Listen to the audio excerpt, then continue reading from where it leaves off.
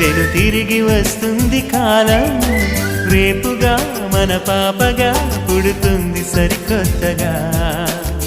నీవు నాకు తోడుగా, నేను నీకు నీడగా, ప్రతి రేయి తీయగా పిలుస్తోంది హాయిగా. ఇలా ఉండిపోతే చాలుగా.